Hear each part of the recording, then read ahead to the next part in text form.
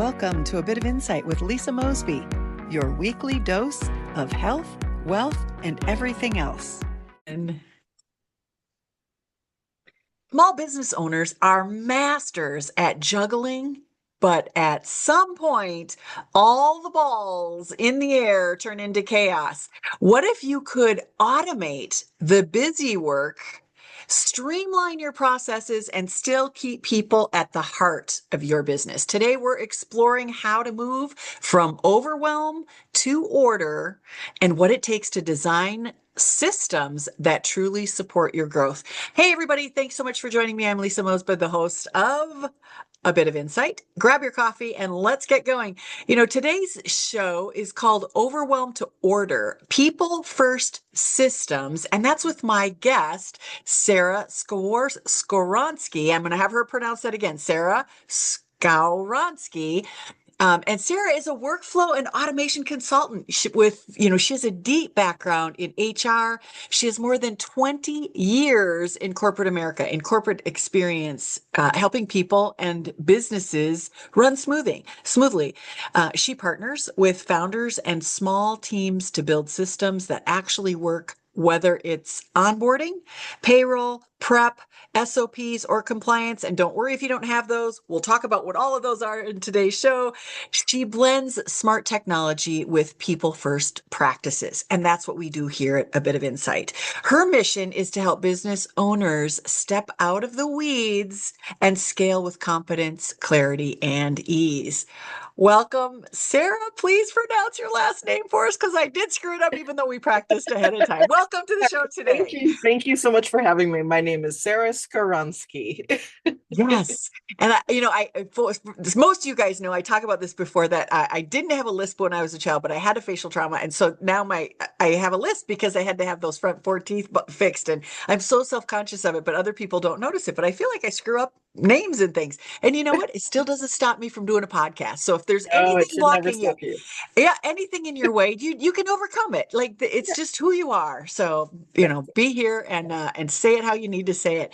But, Sara, is there anything, I did a quick intro. I mean, you have a Yeah, you did a tremendous beautiful amount. intro. Oh, good. You have so much experience. And I was looking at some of your LinkedIn posts and I I try not to go on social, but because on some socials, Facebook, it's doom scrolling. But I Yeah. love LinkedIn because you really get a sense of what people's passions are for their business and what Mhm. they're interested in. Like you had some amazing posts on your LinkedIn page that were really enlightening and you have this wealth of knowledge. But how did you get here? Right now you're a fractional CMO or a fractional HR. You stepped out on your own. How did you get here? 20 years in corporate America. What brought you here? A very, very windy road. A very Yeah, windy road. usually. Yes. Yeah. So yeah, I think you're going way back. I actually got a degree in hotel management, which I used for like a second, and then I got into Oh. technology, and then I got into technology in hotels. Um, And I think after that, I moved into HR, and I really was passionate about. There was something about the law and the people and the systems and all of those things working together that really clicked for me. And I had the opportunity to work with smaller businesses, and one of them was a very small business. It was a staffing company that had it ranged from 10 to 20 internal employees and then a couple hundred temporary staff out. And I started there as their HR manager, but because I had this technical background, I was also their IT person. And then when the owners retired, I became the manager of everything except sales. And and we used to laugh because I was the manager of operations and HR. And I said, so basically I'm more, MOHR, I'm more. Love it. I see all And these so unique. I have a friend and she's the chief joy officer. We have chief mhm, visionary officers. There's all these great names that really yeah, more authentically explain what it is that people do and how they serve that business and how they show up in Right? that business. So I love that. You are more. I am But more. automation, yeah, yeah. The Yeah, automation yeah, part is the more that I'm most curious about, that I most yes. need, because I've been transitioning new technology for me since January with I know there's so rebranding.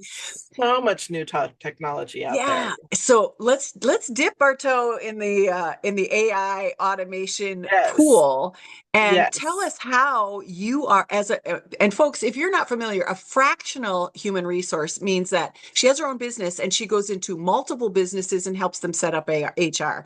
I've yes. worked with a few fractional CMOs, which is their chief marketing officer, and I've worked with a fractional wellness officer and thought about being that for myself, where they go in and work with the wellness, and that's actually kind of a subsidiary of HR Yeah. in a lot of big A lot of times corporations. it So is. Yeah, yeah, so she works in this diverse landscape with many different small businesses now, small to medium businesses, I'll say, is now your focus, where you were in big business and now you've kind of yeah, pulled it back. That's where your heart is. But yeah, what we, and me included, as a small business owner struggle with is automation. Like, I am yeah, one person and I have an assistant and yeah. I can only do so much. And this is I was right my there. yeah, my, what do they call it? Circle of genius is like getting to facilitate workshops and talk with people and do public speaking, not so much getting the administrative work done. Yeah, So HR, what you do is you step in and you automate some of these processes for people. I So that's what I want to do. I talk about. And do. then we have Yeah, AI automation. So there's automation right, and AI right. automation. Help us to understand how you can help the small to medium sized business owners. What should they be looking for? How do they know if they need you? Um, well, I think everybody needs to automate something. Everybody needs to look at their process, I would say. And I think one of the big things is that I was you. I was, so 11 years ago, I stepped out on my own. I went into HR consulting. I decided I really wanted to focus on small businesses because of that staffing firm, because I had a passion for helping those really tiny, people that are getting ready to hire their first employees, or they're getting ready to grow, and so they want to set up their HR departments, their HR functionality. And so I started on my own, and about a year into that, somebody introduced me to Zapier, which is a no-code tool that will help one system talk to another that doesn't natively do that. And I was really enthralled by this. I was fascinated that you could do this. I got excited about it. My tech background, my little brain was like, what can we do with this? And I started automating as much as I could in my business, because it was just me, or it was me and an assistant, or me and one other person. And we were dealing with 15 different clients, all of their HR, all a little bit different, because we're a bespoke HR. So we don't go in and say you have to do it this way. We go in and say, how do you want it to look? What do you want your culture to look like? What is it that you're trying to achieve here with hiring people? And that can be really challenging to keep all of that information going. So I started using it, and building more and more, and getting to the place where I was automating my sales process, because I'm an HR person, I'm a tech person, I'm not a salesperson.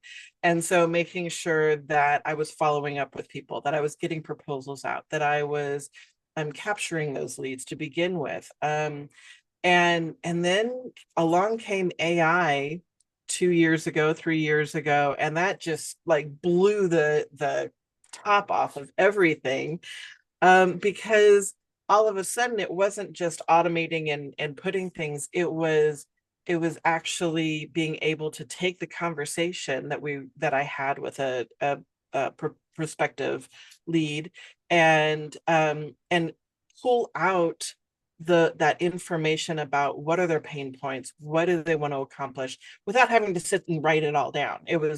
I had a meeting note taker. I could pull those notes in. It could tell me, this is what you want to focus on. I could write the proposal. actually, I didn't write the proposal. AI would write the proposal and I would send it out and I could get it done in, 30 minutes, 40 minutes versus spending all day on it because that's not where my zone of genius is. So it would just take me a lot longer to do that. So yeah, so there's so many opportunities for people to use automation and AI within their business, regardless of what your business is.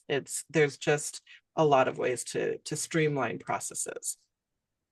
So, can you step into a business like we'll use me for an example. Take a look at what I'm doing. You can look at my digital marketing, what program I'm using, and look and say, here, you can automate this, you can automate this, you can automate Yeah. this, and show us how we do those processes, Yes. what ones make sense, and then you actually develop or create that Zapier communication connection Yes. between what needs to be automated. So Yes. here's the question then. So where do you find the biggest time wasters for small business owners that every one of us should really be automating? Well, definitely your any kind of pipeline, any kind of lead magnet, those things can all be automated. Um, I think a lot of times what I do is go in and I look at an audit of the person of the business and really look at what are their processes because there's definitely things, sales, you can automate tasks.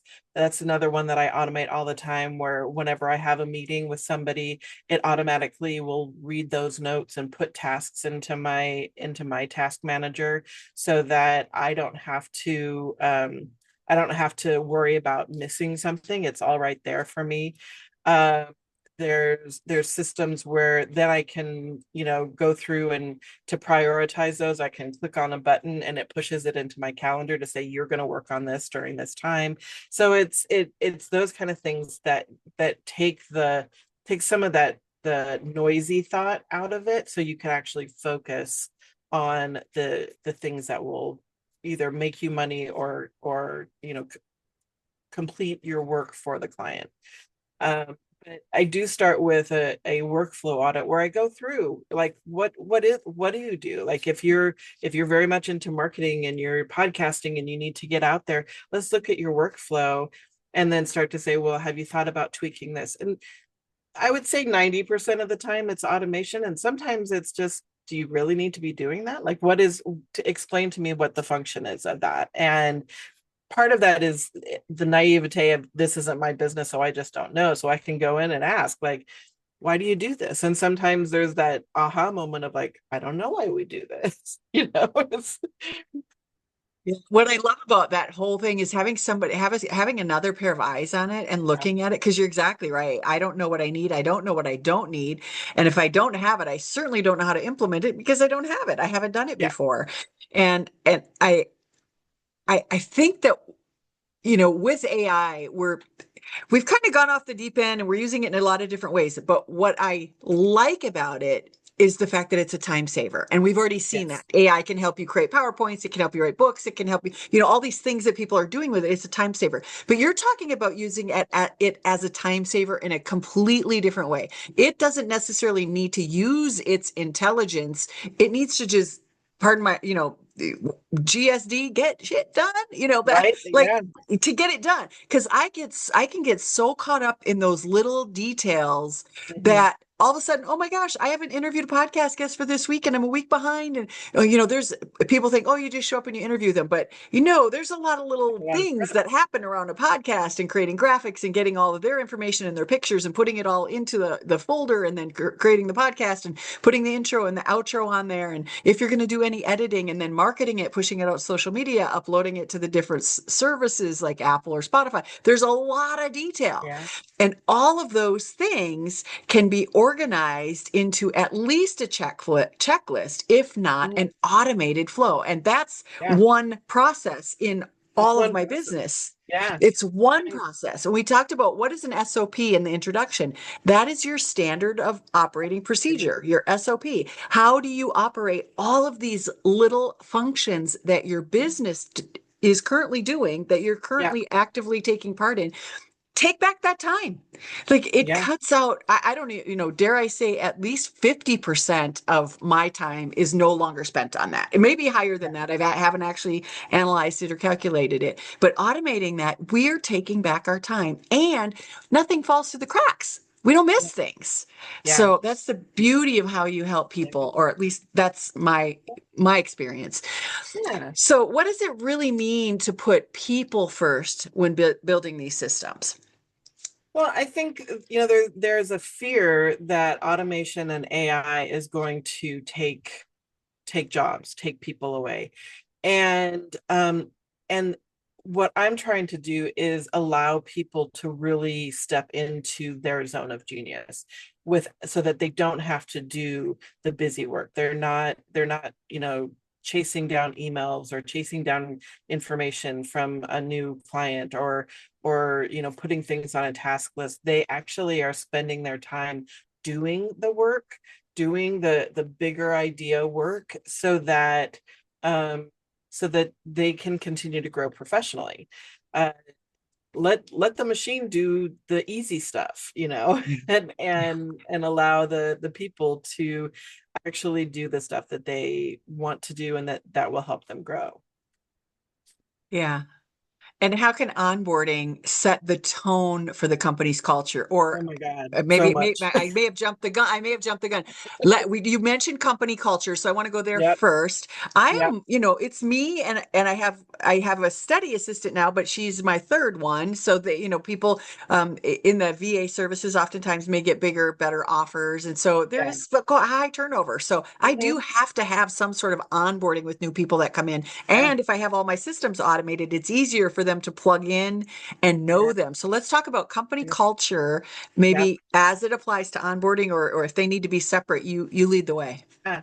Yeah, I think there is, so it's interesting because from a fractional HR standpoint, there's okay, these are the things you need to do for onboarding. You need, depending on your state, there's certain things that people need to sign.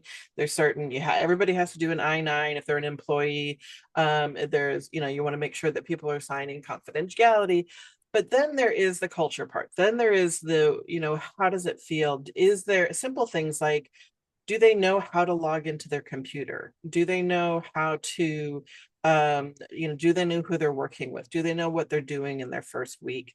Having something set up where you are introducing them to your company and your culture and your business without just like either word vomiting on them or like just saying or like handing them a book and being like, good luck, so I think it's really important to set up time to make sure that you are working with people, that you have those SOPs, so because nobody is going to remember things. Very few people.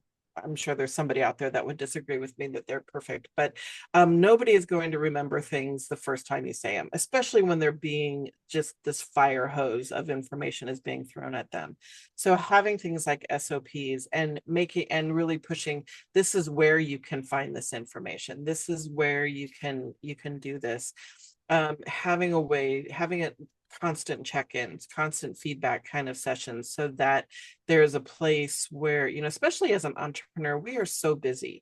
We are, we can have, we're dealing with our own company finances, we're dealing with our clients, we're dealing with sales, we're dealing with marketing, all within the span of like an hour and a half, right? So it's really difficult sometimes for employees to feel like they're aware that they're bothering you, but then you're not setting those expectations with them. So making sure you have a really strong onboarding, whether it's meeting with people, making and pulling automation back into this, is making sure you're scheduling, you have it automatically scheduled. Every week we're meeting at this time, or every day we're meeting at this time. Having an agenda, having a follow-up to things of like, hey, yesterday we talked about this. Are you, where are you with that? How is that going? Um, because as entrepreneurs, I can't remember everything. I'm like, wait, I asked you to do what? You did what? Why did you do that? Oh, I asked you to. Okay. So we really need to have some sort of way of tracking that information, of sharing the right information with our employees or our assistants or our workers, and following up on that information. And I think all of that creates that culture. And the other thing is really understanding what you expect of the other person. And that, kind of taking off the AI and automation hat and putting on the HR is, it's all about expectations. It's all about what you want the person to do, and never assuming that just because you know what you want them to do, that they know what to do. But being very clear on your expectations and how to do it and how you want it done, because that's one of the biggest problems I see with people, with business owners, is that they hire their first employee, and then they come to me and they say, this person isn't doing what I want them to do. And I'm like, well, have you told them what you want them to do? And they say, well, they have had this title before, they should know. And I'm like, nope. Absolutely not. No, it's your business. You need to know. And yeah, I love that because I always do it first. Before I brought in my first person, Yeah. I did all of the managing of the podcast, and I did all the social media, and I did all the graphics, and I did all those things, and I wrote them down, wrote them down, wrote them down. So I had a job description or an expectation, and I still screwed it up. I still gave her too much Oh, information when the first gal, I gave her too much stuff when she started. So this person that's working for me now, we started with 4 things. It's like, I want you to automate. This is the system that I have, but I want you to automate these 4 things. And when we can do that for 1 or 2 weeks in a row, then we're going to add something and add something and add right. something, rather than saying, here's one, like you said, word vomit, which is what I did the Yes. first time. Word vomit, all the things, because it's like, oh, I've been so overwhelmed myself. I mean, now I'm going to overwhelm this new person who's in my Right. culture. So I did it much better this time around. And I want to talk to you about the fractional piece of it. Let's identify fractional, whether it's fractional HR, fractional marketing agent, wellness agent. We talked about all the different. There's even fractional CEOs, fractional Yeah. CFOs. Yeah. This idea of fractional. There's so many more small businesses in the world today than ever before. And Yes. many of us came from a different culture. We may have come from corporate America. We may have come right out of Right. high school or college and started our businesses. So we don't know what we need. And Mhm. certainly most of us do not know we can't afford that straight out of the box. We're not funded. We don't have tons of capital. We're bootstrapping. But Yeah. there is places for these fractional executives to Yeah. help us. Yeah. So can you help us kind of process that? Like as an entrepreneur, as a small business owner, where should I start? I mean, HR makes sense. You set up your culture first before you bring any people in. But wait a Mhm. minute, we need to get some certain structures in. Like I'm rebranding, so I'm Structures. getting a new CRM and new software, and Yeah. there's a lot of that structure that's coming Yeah. in. So is there some sort of an order? I won't hold you to this, but for those folks who are kind of in the midst of this, let's give them some Yeah. process. Take some notes, people, on what it could, how could they move through and use some of these things so that they launch their business with the greatest opportunity for success, rather than struggling and flailing and being stuck in the weeds. Yeah. Yeah. I don't know that there's one right way to do it, because I think, again, it depends on your business, I but won't hold you to it, but yeah, give us there kind of are a. so many different things. I mean, having somebody that you can trust financially, I think, is really important. If Okay. you're truly bootstrapping it, like I started my business when I started the HR consulting, I had, whatever money I had in the bank, and I, put my nose down and went out and networked like crazy to try and get people. Um, but so with that, I think having, depending on where you don't feel comfortable, having a fractional sales manager or a sales director, having a fractional marketing person, looking for things that are revenue generating. So any of the things that are truly going to help you bring money in, those would be where I would say you want to really focus on first, to get those systems set up and to get a structure set up for that. Then, the next step is bringing that CFO or fractional finance person in, or some of the other operations people as you start to grow, and then bringing in and that includes HR and all of sort of the back end people that help you to help your business to stabilize and continue to grow. But you need to get the revenue in first. So I would say anything that's revenue generating, so marketing, sales, those type of roles, would be where you want to get to on the front end. Just having a conversation with some of these folks, even if you can't afford them initially, if you're launching your business, it's like, what do I need to be preparing for? I don't want to get so far off track and then Yeah, I'm not headed in a straight line. I don't want to do this yeah. zigzag. It takes a whole lot more energy. So there are resources like the Small Business Administration where they offer Score, different classes and things. yeah. Yep, SCORE will take you through some of these processes. So Oracle if actually has some of those fractional CFOs and business advisors and those kind of things, and they're great. One of the other things that I find really helpful is joining a networking group. And so there's something, the international ones and the large ones are like BNI and Provisors. Um, but then there's also some like I just joined a group called H7, and there's 1,500 people around the world that are part of this. And a lot of times what you get in those is you get, first of all, other entrepreneurs. And so a lot of times they're going through the same thing that you've gone through, and they may have a connection to somebody, they may know somebody, or there may be that chief sales, fractional sales officer, or fractional finance officer that you can just sit down and have a one-on-one and have a cup of coffee with and get to know them. And 99% of the time, they're willing to give you some free advice, of like, so that hey, I'm on the right path. I mean, that one of the first times I sat down and did a one-on-one from a networking meeting, literally walked out of an HR office, a corporate HR office, and here I was trying to sell my wares, and I had no idea what to do. And somebody who was a business coach said, if you meet with 5 people a week, you go out and you just meet as many people as you can, go to networking events, and then meet with 5 people a week one-on-one, you'll start to get that traction.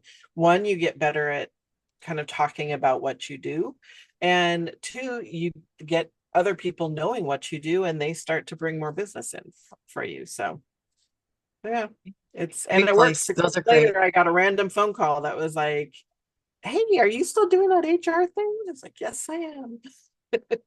11 years later. And it's not even just getting the free advice from them. It's Yeah, also if you're a coach or you're running into people to be of value to your client, you need to know the people that are doing the yeah, things yeah, and you can send out those referrals to folks. And guess what? People always want to pay you back. If you're yeah, giving out and you're pouring into and you're being a resource for other people, they want to find a way to pay you back. If they don't exactly. need your business, they may refer you because you'll be top of mind. So there's so many benefits to that. Um, Compliance came to mind. When you think about compliance, I think about compliance. I don't carry like a liability insurance or when I was in sales and real estate sales and my past lives in business, I had errors and emissions insurance, some, slander liability insurance, different kinds of insurance. So compliance is a word that I think of with small businesses. Unless you're in the medical field, it's not in the forefront. Like in the medical field, we have HIPAA and we have some, there's regulations there, and those kind of come along with your licensing when you get the license to do what it is that you do. But for those of us who are might be in service industries or coaching businesses, how do we worry about compliance? Is that an issue? Because I see compliance a lot coming up. Um, that is a web that you that is Okay. a Is very there tangled a web. particular So blind spot?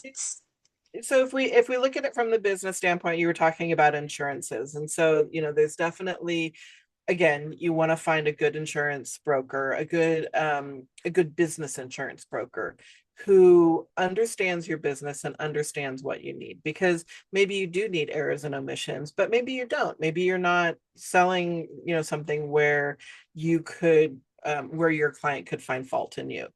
um General liability is all, I mean, it's not even very expensive, so it's always a good thing to have. But the HR side, all kinds of compliance, it's Yeah.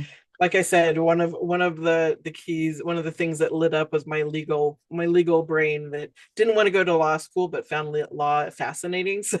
Yeah. Having understanding what's required in your state. I'm based in California. I always thought that, knowing HR in California meant that I could pretty much do HR anywhere. And at the time that I started, it was true. Now, not so much. There's a lot of compliance and a lot of different nuances in each of the states. So it's really important to understand that. Um, I think from training and what is required, I think that the probably the overall one of the overall safest things to do is to make sure that you're protecting yourself in terms of confidentiality, invention protection, those type of things. So anybody that you're bringing on, whether it's a virtual assistant or a contractor or an employee, making sure that you are having them sign some sort of confidentiality agreement, so that whatever they're learning, whatever they're doing for you, they're not taking that information and think that they can go somewhere else with that. So, Yeah, that's the because big one that was kind of in my brain is like if you have intellectual property, you need to Mhm. protect it. If you want people to have a non-compete, there must be something there. And then because I'm developing new website and transferring everything over to a new software, there's something on there called GDP. I think it's GDPR, yeah, GDPR, the yeah. And that's, privacy, you want to have that turned on your website because yeah, if you have international people that are visiting your website, it's required in other countries, even if it's not required here. And then also with and it is websites, required do in you some have, states. It and is some like states here, California has they have it privacy, now. yeah. Okay. So So you so want to there make are, sure you have that.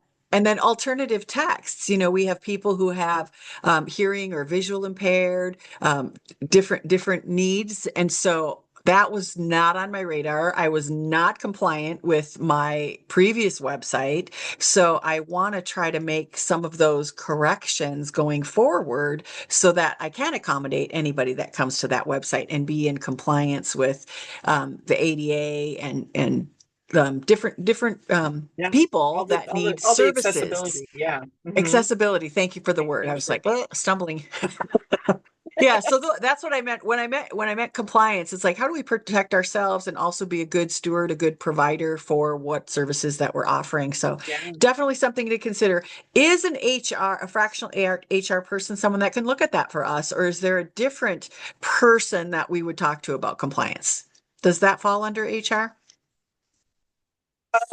Under employment, yes. And Okay.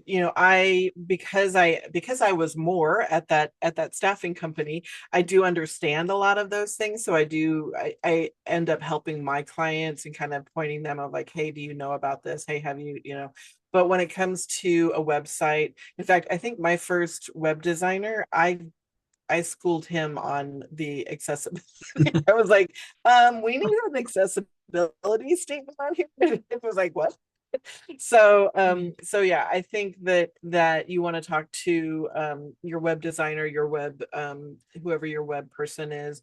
All of those different resources, they should be, and you should be asking those questions of, do they understand that? And I think a lot of people they go to for their business insurance, they'll go to their, not to demean anybody, but a State Farm agent or a somebody that you heard on a commercial, and it's important to ask them the questions, because there could be a State Farm agent that knows exactly what you need and understands if you need directors and insurance and all the different things you need, but you want to make sure you're talking to somebody who can explain it to you in a way that you understand, because you don't want to suddenly find out that you didn't have insurance that you thought you did, Yeah.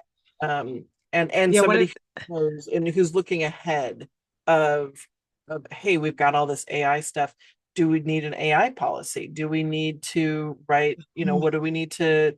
Like, it's changing every day. You need to be like thinking 10 steps ahead. Um, to protect yourself in a lot of ways. So Yeah. yeah, it's I always did the fun to talk umbrella to, but policy.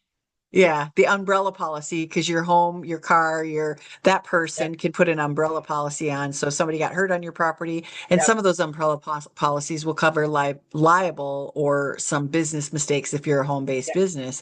But it is very limited to what it will cover, and they don't necessarily do business insurance over and above that. So finding that person that really specializes in planning, I love that idea for yeah, your business needs in the future, and having a plan that you can grow into. I know Aflac has some plans for business owners, and there's probably many other companies out there that do that. So that's a consideration. Even when you right, first start, if you can't afford it, it's still worth having some of these conversations. Again, one, to get the information, two, to be a resource for other people because now you're in the know, and three, it goes in your business plan down the road. Like when we start to become profitable, we want to make sure that we have these things in place. Another one was yeah, a key man policy. I right, had two other business partners in a previous business, and if yeah, one of us passed away, then there was a life insurance policy that would help us to stay in business, right, to keep going. So we had this yeah, key man or woman life insurance policy on the three of us. The company paid for all three of us to have that. Fortunately, we're all still here today, so we didn't need to use it. oh, But again, if you have a family to think of going forward, and you're self-employed, you don't have a company that's going to provide anything. You won't have any income coming from that if you're not former yeah, military and your spouse gets taken care of. Some places those things are in play, but as a straight yeah, up entrepreneur, I've never worked in any of those environments. I had to provide them for myself all these yeah. years. Yeah, and I've done the same thing where I don't, I mean, I don't have a partner or anything, but I still have a life insurance that the beneficiary is the company, so that if something happens to me, there's money to kind of wind everything down, and so that they can come in. I don't think that the business would continue without me as being a one woman show, but I also don't want to leave, a hot mess Clients also. hanging. Yeah, yeah, Yeah, exactly. so Is there a right time for automation? We've kind of touched on this, so I want to start wrapping it up. Is there a right yeah. time for automating?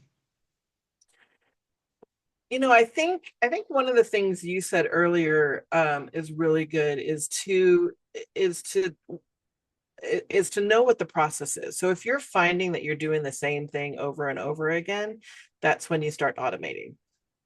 If you do it once and it doesn't happen again, then it probably doesn't need an automation. But if you find that every day you're going in and um, you're posting new things on LinkedIn or on Instagram, that can be automated. If you find that you're taking notes from a meeting and you're putting them in a task manager, that can be automated. Anything that you're doing repetitively, those are all things that can be automated. But you have to do them, you have to know them before you just automate them, because everybody's automations are going to be a little different. Yeah. And you might need somebody to walk alongside you. You may not be Yeah, able to discover some of this stuff on your own because we've been doing it the way we've been doing it. And yeah, we do tend to get blind spots. They kind of yeah. come with the territory because you get so busy that you don't see your blind spots. Okay, here's my last one. And then if you have more to add, feel free. But my last one, if you could wave a magic wand over every small business owner who's listening to this information, what's Yeah. one thing you'd fix in their operations tomorrow? I'm sure you've seen some things that kind of show up. What's one thing that you would fix in their operations, or the first thing that you would fix in their operations? Any thoughts on that? Oh my goodness, my brain is like all over the place because there's HR stuff and there's compliance stuff and there's automation stuff. But I think sticking with the automation, it would be, really, um, like having SOPs. I think that's the big. Oh, yeah, I agree. I think that you can't. The other thing is you can't automate things if you don't know exactly what's supposed to happen. And even when they do an automation, it's like, okay, what is it that I want to accomplish? What are the steps? And having a really good SOP, and that's something that I'm doing. And again, automate it. You can record yourself doing something, and AI will write it for you. And and it but you have to be looking at that, and you have to be doing it consistently because things are changing. I mean, every time you turn on your computer, something is updated and a system looks different. It's like, okay, that button isn't where I thought it was anymore. So having your SOPs in place would be very helpful.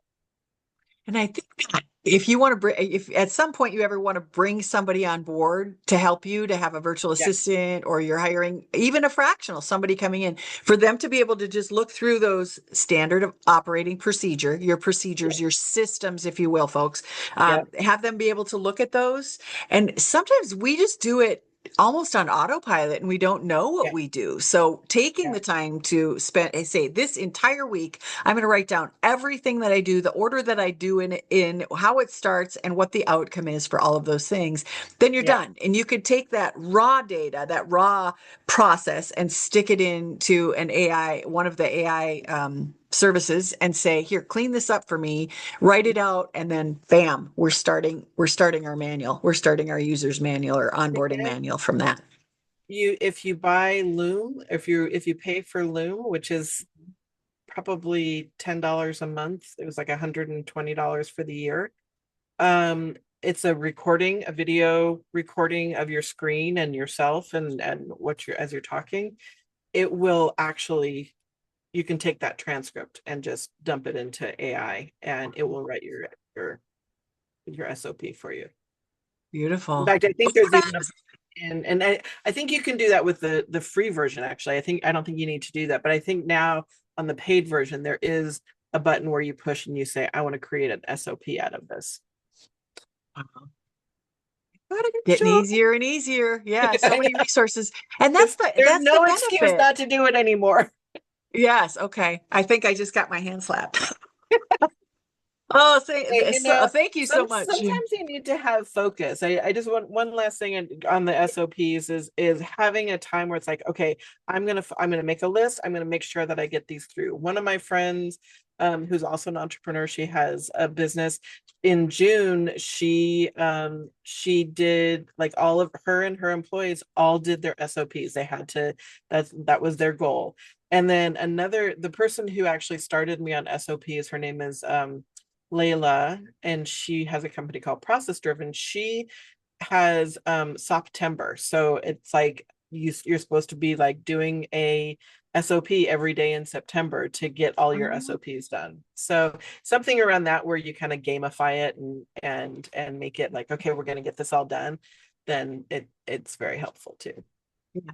And I have the Insight Circle, which is just a business community. People come, they get accountability, they get a little bit of confidence coaching, and they get challenges. And you know what? Yeah. There might be a September challenge for that group of people.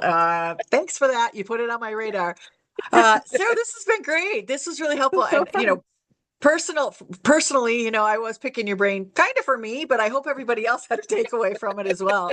Was there a final thought that you wanted to leave folks with after sharing all this stuff? Is there something I forgot to ask you? Um, No, you covered a lot, but yeah, I think it's, just making sure you know what your processes are and having another set of eyes look at them, because we get those blind spots. We do the same thing over and over and over again, and we don't recognize that there's a different way. So being open to change and having somebody maybe come in and take a look. Beautiful. And automate them. There's always room for Automate improvement, it. and automate them. Those are Yes. my two takeaways. Automate them, Yeah. and there's always room for improvement. Well, thank you Yeah. so much for showing us that systems don't feel cold and complicated. They can actually create space for people to thrive. And that's what this Yes. this conversation was all about. It's systems are important, but we also want to take care of our people. We want to create Yeah. that culture that makes life easier for them, allow them to enjoy their job, give them some freedom to develop their own SOPs, give them some freedom to have agency or authority over their job, the position that they're doing. You're going to create longevity. You're going to create loyalty with your staff by doing that. Invite them in. It doesn't, and it doesn't all have to fall on you as an entrepreneur and as the owner. Did not. When we invite people in, we don't know it all. And but we may know the people that know it all. So invite them in and let them be part of your process. For all you listening, think about this. What's one piece of chaos that you could simplify this week? That's your challenge. We always have one. Because when you shift from overwhelm to order, you open the door for more clarity, more freedom, and more of what matters most. And that's the people in your business and how you can serve them. And by all means, come on back next week, because again, I'm going to have an extraordinary guest, somebody who's been an entrepreneur for a long time. And we'd love to shed some light on your business through her experience. Hey, everybody, I'm Lisa Mosbey. Come on back. Bye. Thanks for joining me on A Bit of Insight. To get more involved with our wellness community, grab a copy of my book, Live Well, Travel Far, or to explore our travel offerings, visit the website at insightcenterforwellness.com. And if today's episode gave you something to think about, leave a review and please share it with a friend. This is Lisa Mosbey reminding you to live well, travel far, and always follow your insight.